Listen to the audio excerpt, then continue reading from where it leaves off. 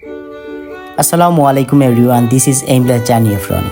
আজকে আমরা এক্সপ্লোর করার চেষ্টা করব সিলেটের অন্যতম ভাইরাল পর্যটন স্পট উৎমাছড়া।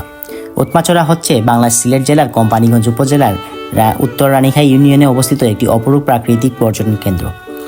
আর আপনারা দেখতে পাচ্ছেন আমাদের যাত্রা ইতিমধ্যে শুরু হয়ে গেছে। আমি খুব আনন্দ করে একটি অটোরিক্সা চালিয়ে যাচ্ছি। আমার পাশেই একটি ছোট্ট পাইলট বলতে পারেন, সে খুবই দক্ষ একজন চালক। আমরা অটোরিক্সা থেকে নেমে হাইকিং শুরু করলাম আজকের আমাদের গন্তব্য উৎমাছড়া তুরুংচড়ার দিকে। উৎমাছড়ার মূল আকর্ষণ হচ্ছে ভারতের মেঘালয় পাহাড় থেকে নেমে আসা শীতল স্বচ্ছ জলরাশি এবং দোলাই নদের জলপ্রবাহ এই ছড়ার মূল উৎস। পাথর আর পাহাড়ের মিতালিতে গড়ে ওঠা এই জায়গাটি বিছানাকান্দি বা বুলাগঞ্জ সাদা পাথরের মতোই এক নতুন প্রাকৃতিক বিস্ময় হিসেবে বর্তমানে পর্যটকরা গণ্য করেন।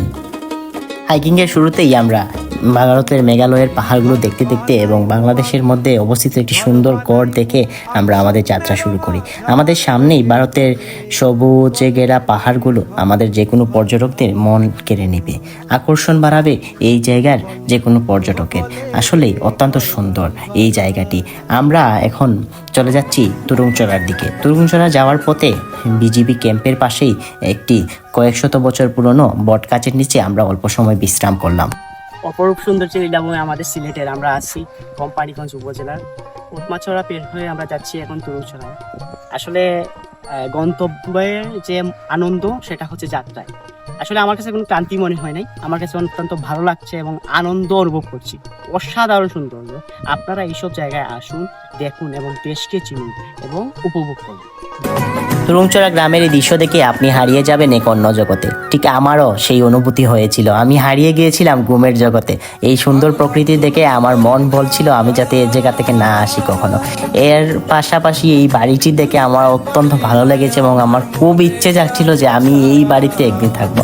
সাথে সাথে দেখলাম দুইটা ছোট্ট বাচ্চা এখান থেকে আমাদের হাত নাড়াচ্ছে, তো আমিও তাদের ডাক দিলাম। ডাক দেওয়ার সাথে সাথে তারাও চলে আসলো। তাদের সাথে অল্প কিছুক্ষণ কথা বললাম।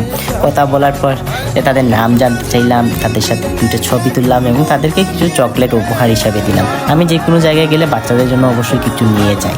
এরপরে আমরা যে জায়গায় আমি বসে আছি তার পিছনে রয়েছে ভারতের মেঘালয়ের সুউচ্চ পাহাড়। আপনারা দেখতে পাচ্ছেন ভারতের এই পাহাড়গুলো খুবই সুন্দর এবং আকর্ষণীয়। এখানে বসে কথা বলা বা রেস্ট নেওয়ার মধ্যে অন্যরকম একটা অনুভূতি কাজ করে।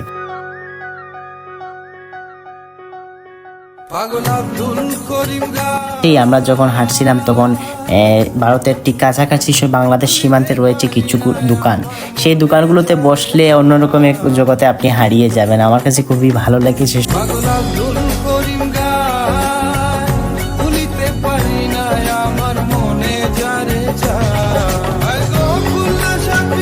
আর অল্প কিছু সময়ের জন্য ঠিক আমি হারিয়ে গিয়েছি এই পাহাড়ের কাছে, মেঘালয়ের কাছে বলতে পারেন, মানে নিজের মতো করে অল্প সময়।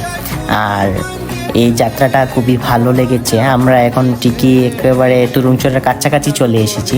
আসুন আমাদের সিলেট এবং মৌলভীবাজার, আমাদের সুনামগঞ্জ, আমাদের বাংলাদেশের পর্যটন শিল্পকে এগিয়ে নিতে বা পর্যটন প্রেমী হতে নিজে এবং অন্যকে উৎসাহিত করি।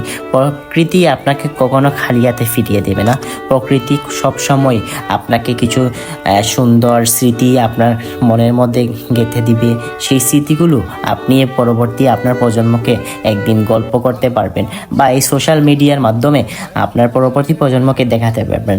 আমার এই যাত্রাগুলোর মূল উদ্দেশ্য এবং লক্ষ্য হচ্ছে আমার এই যাত্রাগুলোকে আমি স্মৃতি হিসেবে ধারণ করা, আমার পরবর্তী প্রজন্মকে আমি দেখানো, বা একটা সময় যখন আমি ক্লান্ত হয়ে যাব, বয়সের 12 যখন নত হয়ে যাব, যখন আর হাইকিং করতে পারবো না, তখন এইসব শেয়ার করা।